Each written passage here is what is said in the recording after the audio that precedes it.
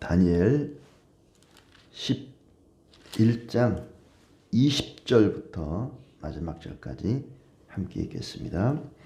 그 왕위를 이을 자가 압제자를 그 나라의 아름다운 곳으로 두루다니게 할 것이나 그는 분노함이나 싸움이 없이 몇 날이 못되어 망할 것이요 또 그의 왕위를 이을 자는 한 비천한 사람이라 나라의 영광을 그에게 주지 아니할 것이나 그가 평안할 때를 타서 속임수로 그 나라를 얻을 것이며 넘치는 물 같은 군대가 그에게 넘침으로 말미암아 패할 것이요 동맹한 왕도 그렇게 될 것이며 그와 약조한 후에 그는 거짓을 행하여 올라올 것이요 소수의 백성을 가지고 세력을 얻을 것이며 그가 평안한 때에 그 지방의 가장 기름진 곳에 들어와서 그의 조상들과 조상들의 조상이 행하지 못하던 것을 행할 것이요 그는 노력하고 탈취한 재물을 무리에게 흩어주며 계략을 세워 얼마 동안 산성들을 칠 것인데 때가 이르기까지 그리하리라. 그가 그의 힘을 떨치며 용기를 다하여 큰 군대를 거느리고 남방왕을 칠 것이요 남방왕도 심히 크고 강한 군대를 거느리고 맞아 싸울 것이나 능히 당하지 못하리니 이는 그들이 계략을 세워 그를 침이니라. 그의 음식을 먹는 자들이 그를 멸하리니 그의 군대가 흩어질 것이요 많은 사람이 엎드러져 죽으리라.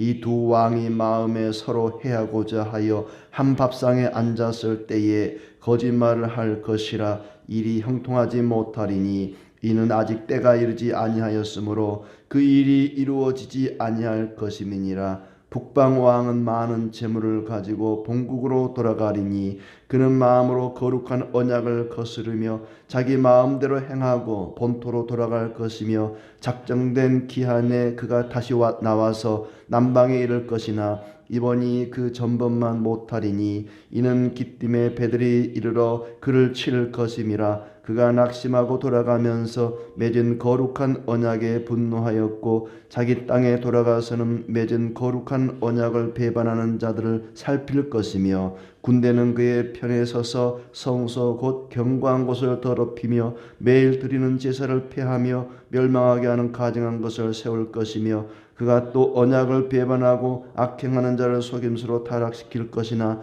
오직 자기 하나님을 아는 백성은 강하고 용맹을 떨치리라. 백성 중에 지혜로운 자들이 많은 사람을 가르칠 것이나 그들이 칼날과 불꽃과 사로잡힘과 약탈을 당하여 여러 날 동안 몰락하리라. 그들이 몰락할 때에 도움을 조금 얻을 것이나 많은 사람들이 속임수로 그들과 결합할 것이며 또 그들 중 지혜로운 자 몇 사람이 몰락하여 무리 중에서 연단을 받아 정결하게 되며 희게 되어 마지막 때까지 이르게 하리니 이는 아직 정한 기한이 남았음이라.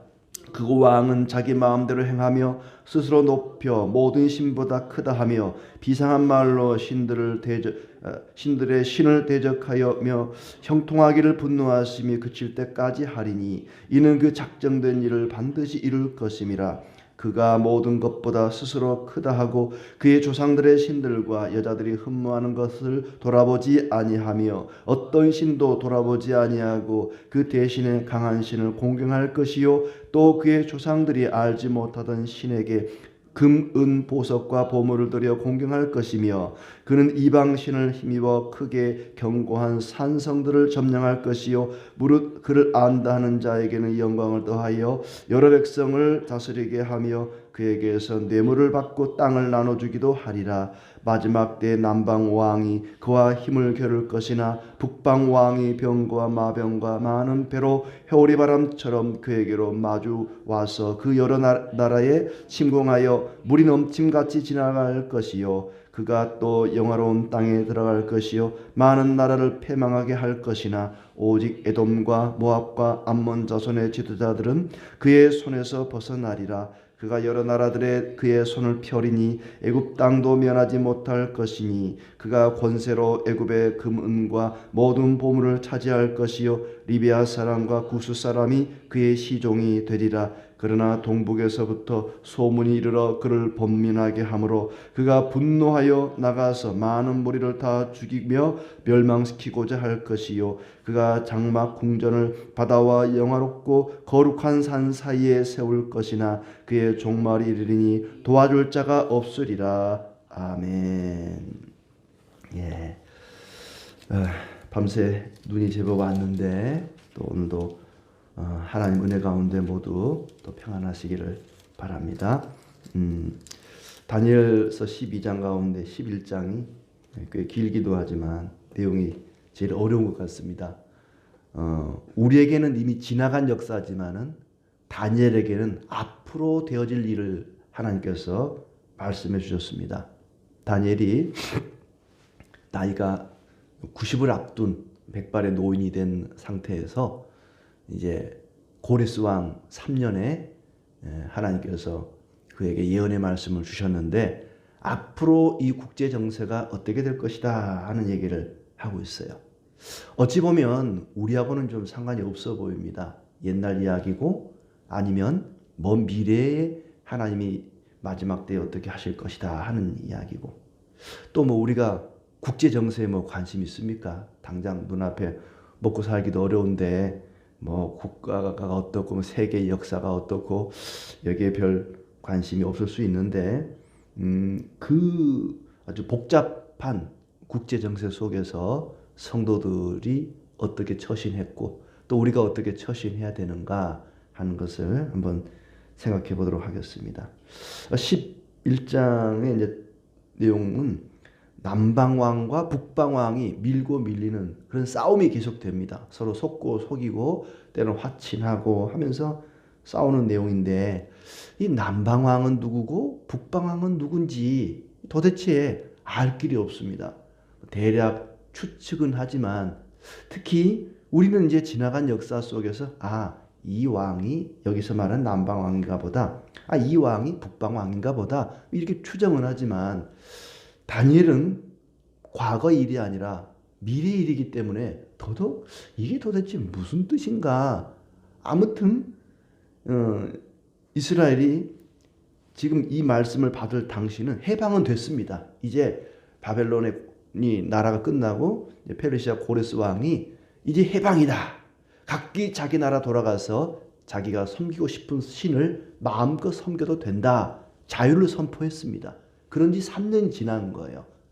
그런데도 이스라엘 백성들은 여전히 강대국의 전쟁의 틈바구니 속에서 괴로움을 겪게 되었다 하는 것이 전체 내용입니다. 그 중간에 뭐 남방왕이 이겼다, 북방왕이 이겼다 이거는 어렵기도 하고 그렇게 크게 중요한 것 같지도 않아요. 남방왕들, 북방왕들의 얘기를 통해서 이제 하나님 백성들이 어떤 상황이었는가를 보여줍니다. 아마 알렉산더 이후에 상황을 이야기하는 것 같아요. 북쪽 페르시아 지역은 셀리쿠스 왕조라고 우리가 세계사 속에서 아마 들어보셨을 텐데 셀리쿠스 왕조가 북쪽을 다스리고 남쪽 애굽을 중심으로 해서 이제 프톨레미 왕국이 이제 중심이 되고 네 개의 큰 왕국이 서로 이합 집산을 거듭하다가 이렇게 남과 북이 이제 싸우게 된 것입니다. 1절에 보면 내가 또 메대 사람 다리오 원년에 일어나 그를 도와서 그를 강하게 한 일이 있었느니라. 하나님께서 다리오 왕을 도와서 강성하게 했다. 그 덕분에 바벨론은 무너지고 이스라엘 백성들은 해방을 맞이하게 되죠. 그러니까 단순히 역사 속에서 어느 나라가 흥하고 어느 나라가 망하는 것 같지만 그 과정을 통해서 하나님은 하나님의 백성들을 다스려 가십니다. 하나님 백성들이 포로로 잡혀가기도 하고 포로에서 해방을 맞기도 하고 그것이 우연히 되어지는 것 같지만 하나님이 어떤 나라는 망하게 하고 어떤 나라는 흥하게 하고 이 과정을 통해서 하나님의 백성들을 징계하기도 하고 또는 그 징계를 풀어주기도 하고 그렇게 하신다는 거죠. 바사에서 새 왕이 일어날 것이다. 그 후에 넷째는 심히 부요하고 강화해져서 헬라 왕국을 칠 것이다. 그 왕은 능력 있는 왕이 큰 권세로 자기 마음대로 행하게 될 것이다. 강성할 때 나라가 나눌 것이다. 자손이 자손이나 어떤 신하들이 아니라 다른 사람들에게도 괴로 왕권이 돌아갈 것이다. 이게 이제 알렉산더가 망하고 그 이후에 네 개의 나라로 나눠지는, 자식 없이 죽습니다. 이 알렉산더가. 그래서 이제 자손이나 신하들이 아닌 다른 사람에게 왕권이 넘어가게 될 것이다. 그리고 남북으로 이제 아주 세력이 크게 나눠지는데 5절에 보면 남방왕 중에 힘이 크고 강한 권세를 가진 왕이 등장하고 남방왕과 북방왕이 서로 화친할 것이다. 그리고 권세가 없어지고 버림을 당하게 될 것이다. 또 7절에 남방왕의 딸 공주의 본 족속에게 난 자 중 한 사람이 왕의 뒤를 이어서 권세를 받아 북방왕 군대를 쳐서 이기고 노력하여 갔다. 남방왕이 또 한참 힘이 세진 때가 있었습니다. 그 다음에 9절에 북방왕이 남방왕을 쳐들어가지만 물러가게 되고 아들들이 남방을 치게 될 것이다. 계속해서 이렇게 남쪽에 있는 세력들이, 애굽을 중심으로 남쪽에 있는 세력들이 힘을 쓰면서 북쪽을 좀 쳐들어갔다가 또 북쪽에 있는 세력이 좀 커져서 남쪽을 또 밀고 내려왔다가 이렇게 올라갔다 내려갔다 밀고 밀리는 그런 일이 계속되고 또 서로 이렇게 정략 결혼을 하면서 확친을 하기도 하고 13절에 북방왕이 세력을 키워서 다시 싸움을 걸어오는데 남방 군대가 그들을 당하지 못할 것이다. 18절에는 한 장군이 나타나서 그의 정복을 그치게 할 것이다. 이 로마의 장군이고 이렇게 1절부터 19절까지는 북방과 남방이 서로 밀고 밀리는 알렉산더 이후에 근데 뭐 이 북방의 왕은 누구다 남방의 왕은 누구다 이렇게 특정하기는 그렇게 어렵기도 하고 그렇게 크게 중요한 것 같지도 않아요. 이제 20절부터 우리가 읽었던 20절부터는 북방 왕이 몰락해가는 아주 힘세고 강력한 왕이 있었는데 그 왕이 몰락해가는 것이 나오는데 앞에 나왔던 내용 중에 안티오쿠스 에피파네스라는 이 사람의 이야기입니다. 이 이야기가 어려운 것이 뭐냐면 성경은 예수님이 나기 400년 전부터 이야기가 또 끊겨 있습니다. 말라기부터 마태복음까지 400년이라는 시간 동안은 어떤 일이 있었는지 성경에 기록이 없습니다. 그러다 보니까 굉장히 애매하고 이제 위경이나 가경이나 이런 데는 조금씩 이야기가 나와요. 또 세계 역사 속에도 이야기가 나오는데 그때 이야기를 하고 있는 거예요. 그래서 예수님 오시기 전의 이야기.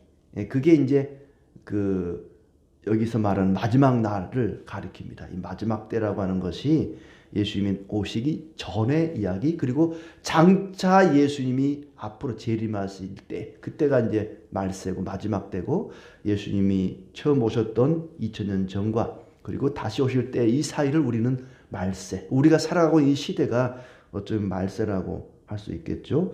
자, 그때 이제 한 왕에 대한 이야기가 집중적으로 조명이 되고 있습니다. 이 안티오쿠스 에피파네스에 대해서 그 왕이 북방의 왕이 이제 20절에 망할 것이다 하는 얘기, 비천한 자가 왕위를 이을 것이고 소수의 백성을 가지고 세력을 얻을 것인데 또 25절에 남과 북이 또 싸웁니다. 참 자주 싸워요. 계속해서 한 밥상에 앉아 서로 해하려고 속일 것이다. 같은 밥상에 앉아서도 어떻게 하면 저놈을 죽일까 이런 궁리를 한다는 거죠. 비열하고 야비하고 거짓과 속임수로 세력을 차지합니다. 그것이 안티오쿠스를 가리키는 거죠. 그리고 28절에 북방왕이 많은 재물을 가지고 돌아갈 것이다. 그리고 이 왕이 유대인들을 이스라엘을 엄청 괴롭힙니다. 성전에다가 막 그 더러운 가증스러운 짐승의 피를 돼지 피를 뿌리기도 하고 제우스의 신상을 세우기도 하고 제사를 못 드리게 방해하기도 하고 율법을 아주 파기하고 율법사를 불태우고 그렇게 이제 31절에 보면은 멸망하게 하는 가증한 것을 세울 것이며 제사를 폐하며 이게 다 성소를 더럽히고 이게 다 이제 유대인들에게 해를 가한 거죠. 그렇게 남과 북의 치열한 전쟁 속에 유대인들이 엄청난 고통을 당했다는 겁니다. 신앙의 자유를 박탈당하기도 하고 그런데 32절에 또 언약을 배반하고 악행하는 자를 속임수로 타락시킬 것이나 오직 자기 하나님을 아는 백성은 강하고 용맹을 떨칠 것이다. 이게 마카비라는 사람이 이제 일어나서 전쟁을 일으킨 것이죠. 상대한 겁니다. 20년 동안 그 전쟁을 하고 이제 다시 차지하게 되었던 역사가 예수님 오시기 전에 있었던 역사입니다. 이렇게 안티오쿠스가 유대인들을 괴롭히고 박해하지만 마카비가 독립전쟁을 치르게 되고 그런 가운데 33절에 많은 어려움을 당하게 되죠. 여러 날 동안 몰락하리라 하면서 약탈을 당하고 몰락을 당하게 되고 34절에도 그들이 몰락할 때에 도움을 조금 얻을 것이나 많은 사람들이 속임수로 그들과 결합할 것이다. 많은 사람들이 그냥 이 안티오쿠스의 박해에 순응하고 말 것이다. 그리고 그 왕은 교만할 것이다. 36절부터 보면 교만하고 우상 숭배에 앞장서고 여러 나라를 정복할 것이지만 마지막 45절에 그도 종말에 이를 텐데 도와줄 자가 없을 것이다. 그도 역시 망하게 될 것이다. 이 내용은 다소 어렵습니다. 굉장히 어렵고 지루한 싸움이 계속될 것이다. 엎치락 뒤치락 남과 북이 계속해서 싸울 것이다. 그 사이에서 이스라엘은 끊임없이 계속해서 고통을 받게 될 것이다. 그러니까 이스라엘의 역사를 보면은 마치 우리 대한민국의 역사를 보는 것 같아요. 과거에 자유진영과 공산진영이 싸울 때, 미국과 러시아, 소련이 싸울 때 그 틈바구니에서 우리가 참 고통을 당하고 남과 북이 나눠지고 또 지금도 보면은 정치적으로도 뭐 진보와 보수가 이렇게 치고받고 티격태격 싸우는 가운데 백성들은 고통을 많이 당하고 이것이 마치 이스라엘의 역사와도 같습니다. 이렇게 지루한 싸움 가운데 이스라엘 백성들이 고통을 당했다. 그게 이야기의 결론입니다. 여러 왕들이 일어나지만 영원한 왕은 없다. 모두 끝이 있고 마지막이 있고 반면에 이스라엘 백성들이 고통을 당하지만은 거기에도 끝이 있다. 기한이 있다는 얘기죠. 계속해서 복수와 배신과 동맹과 또 화친과 같은 밥상에서 밥을 먹지만 서로 으르렁거리고 이런 연속된 싸움 속에서 이스라엘은 고통을 당한다. 성도들의 삶이라고 하는 것, 우리가 예수 그리스도를 믿고 살아가지만 그 믿음의 삶은 그렇게 녹록하지 않습니다. 고난의 연속입니다. 어쩌면 이 다니엘이 이 말씀을 받을 당시에 그들은 자유를 얻었습니다. 고레스 왕이 이제 이스라엘 백성들은 자기 고향으로 돌아가도 좋다. 마음껏 자기가 원하는 대로 신앙생활해도 좋다. 성전을 재건하라. 이런 자유를 받았습니다마는 그러나 그 자유도 잠시뿐 북방의 왕이 쳐들어오고 남방의 왕이 쳐들어오고 그 자유를 다시 빼앗긴 것입니다. 자유를 얻는 것 같았지만은 그 자유가 영원하지 않고 또다시 비참한 포로 생활을 하게 된 것이죠. 포로 생활이 끝났나 보다, 고향으로 돌아왔나 보다 했는데 또다시 비참한 생활이 이어지는 것입니다. 언제까지 이 고난이 계속됩니까? 하나님, 도대체 이 모질고 괴로운 고통스러운 삶이 언제 끝나는 것입니까? 라고 물을 때에 하나님께서 답을 주십니다. 35절에 그들 중 지혜로운 자 몇 사람이 몰락하여 무리 중에 연단을 받아 정결하게 되며 희게 되어 마지막 때까지 이르게 하리니. 하나님께서는 우리에게 고난을 주시는데 그 고난의 이유가 포기하고 절망하게 하려고 고난을 주신 것이 아니라 왜 고난을 주십니까? 연단을 통해 정결하게 하고 희게 하려고 고난을 주신다는 겁니다. 왜 이렇게 남방왕 북방왕이 들락거리면서 이스라엘 백성들을 괴롭히는가? 왜 고난을 주는가?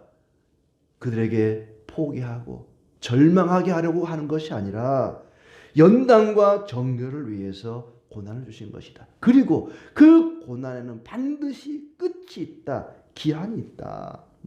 제국의 왕들이 승승장구하고 안하무인으로 하나님을 모욕하고 이스라엘을 괴롭히는 것 같지만 그들도 언젠가는 끝이 있다. 종말이 있다.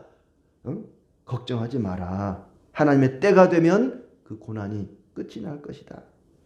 이렇게 너희가 고난을 당하는 것은 제국의 왕들 때문이 아니라, 남과 북의 왕들 때문에 고난을 당하는 것이 아니라 모든 것이 하나님의 섭리와 하나님의 주권 가운데 이루어지는 것이다. 하나님께서 너희를 연단하고 정결하게 하기 위해서, 그리스도의 거룩한 신부로 빚어가기 위해서 이렇게 제국들의 그 군대를 동원해서 너희를 괴롭히는 것이다. 베드로도 같은 이야기를 합니다. 베드로전서 1장 6절에 보면, 그러므로 너희가 이제 여러 가지 시험으로 말미암아 잠깐 근심하게 되지 않을 수 없으나 오히려 크게 기뻐하는도다. 성도의 삶, 예수 그리스도를 믿는 믿음의 삶은 그냥 아무 어려움 없는 그런 평탄한 길이 아닙니다. 여러 가지 시험이 있을 것입니다. 여러 가지 고난이 있는 것이 성도의 길입니다. 그러나 그 고난은 잠깐이다. 잠깐 근심하게 되지 않을 수 없지만 오히려 크게 기뻐하게 될 것이다. 인생 가운데 예수님을 믿으면 여러 가지 시험이 찾아옵니다. 너 이래도 나 믿을래? 너 이래도 신앙생활 계속 할래? 하고 여러 가지 시험이 다가옵니다. 그러나 잠깐 근심하게 되지만 크게 기뻐하게 될 것이다. 근심이 사라져서 기뻐하는 것이 아니라 여전히 근심하게 되지 않을 수 없지만 오히려 기뻐하게 될 것이다. 근심이 여전하지만, 문제가 해결되지 않았지만 문제가 있는 중에도 여전히 기뻐하게 될 것이다. 빌립보서 4장 6절의 말씀처럼 아무것도 염려하지 말고 모든 일에 기도와 간구로 너희 구할 것을 감사함으로 하나님께 아뢰라. 그리하면 그리스도 예수 안에서 하나님의 평강이 있을 것이다. 하나님께 우리가 모든 염려 근심 맡기고 기도하면 해결해 주리라 이렇게 말하지 않습니다. 그 염려와 문제를 해결해 주겠다고 말씀한 것이 아니라 그 염려와 근심 중에도 그리스도 예수 안에서 하나님의 평강이 있을 것이라고 말씀하십니다. 근심이 여전하지만 그러나 그 근심보다 더 큰 기쁨으로 우리를 평화롭게 할 것입니다. 성도의 길은 어쩌면 동굴이 아니라 터널을 통과하는 것입니다. 동굴은 한참 들어가 봐야 막다른 골목을 만나게 됩니다. 막다른 길이죠. 그러나 터널은 끝이 있습니다. 동굴은 돌아 나와야 되지만 터널은 통과하는 것입니다. 터널은 잠깐 어둠이 있지만 한참 가다 보면 밝은 빛이 나타날 것입니다. 우리가 걸어가는 믿음의 길은 동굴이 아니라 터널입니다. 잠깐 어둠이 있겠지만 한참 통과하다 보면은 결국 밝은 빛이, 광명한 하나님의 나라가 이르게 될 것입니다. 그때까지 인내하고 믿음을 지키며 늘 기도하며 살라고 말씀하십니다. 우리는 근심과 염려가 끝나지 않는 그런 깊은 어둠의 터널을 지나가고 있습니다. 그것이 성도의 길입니다. 결국에는 하나님께서 광명의 빛을 우리에게 비춰주실 것입니다. 말씀을 빛 삼아서 이 어둠의 터널을 잘 통과하는 그런 믿음의 사람들이 되기를 축복합니다.